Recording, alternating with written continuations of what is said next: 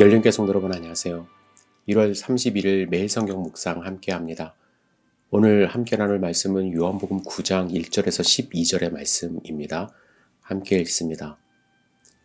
예수께서 길을 가실 때에 날때부터 맹인된 사람을 보신지라. 제자들이 물어 이르되 랍비여, 이 사람이 맹인으로 난 것이 누구의 죄로 인함이니이까? 자기니이까 그의 부모니이까?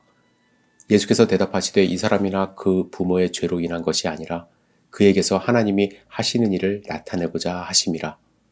때가 아직 낮침에 나를 보내신 이의 일을 우리가 하여야 하리라. 밤이 오리니 그때는 아무도 일할 수 없느니라. 내가 세상에 있는 동안에는 세상의 빛이로라. 이 말씀을 하시고 땅에 침을 뱉어 진흙을 이겨 그의 눈에 바르시고 이르시되 실로암 못에 가서 씻으라 하시니 실로암은 번역하면 보냄을 받았다는 뜻이라. 이에 가서 씻고 밝은 눈으로 왔더라. 이웃 사람들과 전에 그가 거린인 것을 보았던 사람들이 이르되 이는 앉아서 구걸하던 자가 아니냐. 어떤 사람은 그 사람이라 하며 어떤 사람은 아니라 그와 비슷하다 하거늘 자기 말은 내가 그라 하니 그들이 묻되 그러면 내 눈이 어떻게 떠졌느냐. 대답하되 예수라 하는 그 사람이 진흙을 이겨 내 눈에 바르고 나더러 실로암에 가서 씻으라 하기에 가서 씻었더니 보게 되었노라. 그들이 이르되 그가 어디 있느냐. 이르되 알지 못하노라 하니라. 아멘. 오늘 본문에는 나면서부터 맹인된 사람을 치유하시는 6번째 표적이 나옵니다.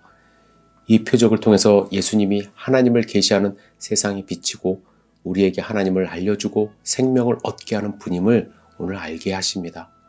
저는 본문을 묵상하면서 두 가지를 생각해 보았습니다. 첫 번째는 사람을 바라보는 시선에 대해서 생각해 봤습니다. 길을 가실 때 예수님과 제자는 날때부터 맹인된 사람을 동시에 봅니다. 그런데 제자들과 예수님은 완전히 다른 생각을 하고 있습니다. 제자들은 맹인된 사람을 보며 죄라는 생각을 떠올렸습니다. 그래서 이 사람이 맹인으로 난 것이 누구의 죄로 인함이니까? 자기이니까? 그의 부모니까? 유대인들은 병이나 고난의 원인을 인과론적으로 죄의 결과라고 생각을 했습니다. 우리나라 분들도 이렇게 생각하는 경우가 많죠. 성경에 나오는 욥의 세 친구가 바로 또한 이런 인과론자의 대표들일 것입니다. 그들은 고통 가운데 있는 욥에게 찾아가 회개를 강조했습니다. 하지만 욥의 고통의 원인은 죄 때문이 아니었다는 것을 우리는 알고 있습니다. 하지만 성경 전체를 통해 보면 질병과 죄는 서로 연결되어 있음을 부인할 수 없습니다.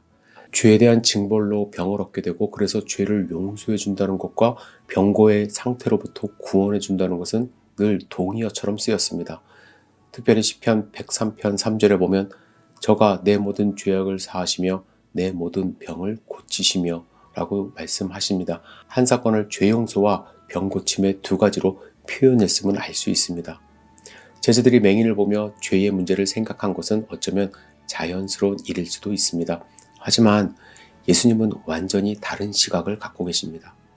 죄의 문제로 보시지 않고 하나님의 역사하심으로 바라봤습니다. 그에게 하나님이 하시는 일을 나타내고자 하심이라 하셨습니다. 여러분, 우리가 세상을 바라보는 시선, 다른 사람을 바라보는 시선은 어떻습니까? 혹시 건강하고 부자로 사는 사람은 무조건 하나님의 축복이라 생각하고 가난하고 병든 자들은 죄로 인한 결과로 생각하는 것은 아닙니까? 그런 시선으로 세상을 바라보면 우리를 통해서 역사하시는 하나님의 일을 기대하지 못합니다. 다 하나님의 심판으로 보고 저주로 바라봅니다. 하나님은 예수님을 통해서 일하셨듯이 하나님을 믿는 우리를 통해서 세상의 아픈 사람, 가난한 사람들을 도와주며 하나님의 빛을 발하기를 원하십니다.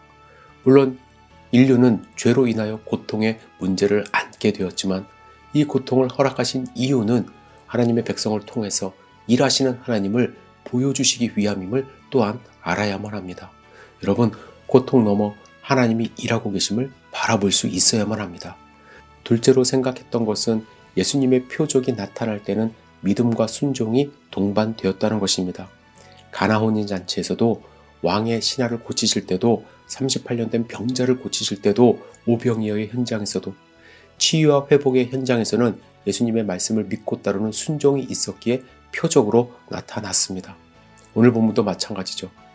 예수님은 침을 뱉어 진흙을 이겨 그의 눈에 바르시고 실로암 못에 가서 씻으라 하셨어요. 왜 그랬을까요? 다른 공간 복음에서는 믿음을 보시고 말씀으로 맹인의 눈을 뜨게 해주셨는데 요한복음의 표적에서는 맹인에게 가라 명령하셨고 실로암에서 눈을 씻음으로 나음을 입게 됩니다. 그의 행동이 수반됐어야만 합니다. 순종의 모습이 기반이 되어서 표적으로 나타난 거예요.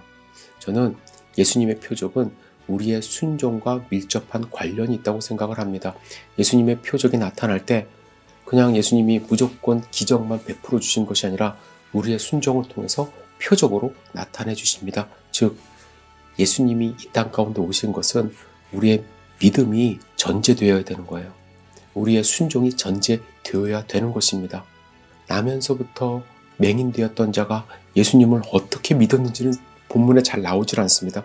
그러나 눈에 진흙을 발랐을 때 실로암에 가서 씻으라고 했을 때 그는 군말 없이 예수님의 말씀에 순종했고 그 순종을 통해서 표적이 그를 통해서 일어났습니다.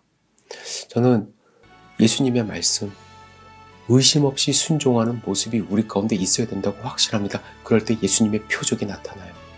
여러분, 우리의 순종을 통해서 예수님은 하나님의 일을 나타내시고 역사하신다는 사실을 믿고 의지하시기를 부탁을 드립니다. 여러분의 삶 가운데 예수님의 표적, 예수님의 기적이 나타나기를 원합니까? 예수님께 전적으로 순종하는 하나님의 백성 되기를 주님의 이름으로 축복합니다. 기도하겠습니다. 전능하신 주님, 오늘 하루를 온전히 주님께 의지합니다. 주님 도와주시옵소서. 우리 부족합니다. 때로는 믿음 없고 순종하지 못하는 모습이 우리의 삶 가운데 있습니다. 그래서 주님께 기도하며 하루를 시작합니다. 주님 도와주시옵소서. 오늘 하루를 온전히 주님께 의지합니다. 예수님의 이름으로 기도드렸사옵나이다. 아멘.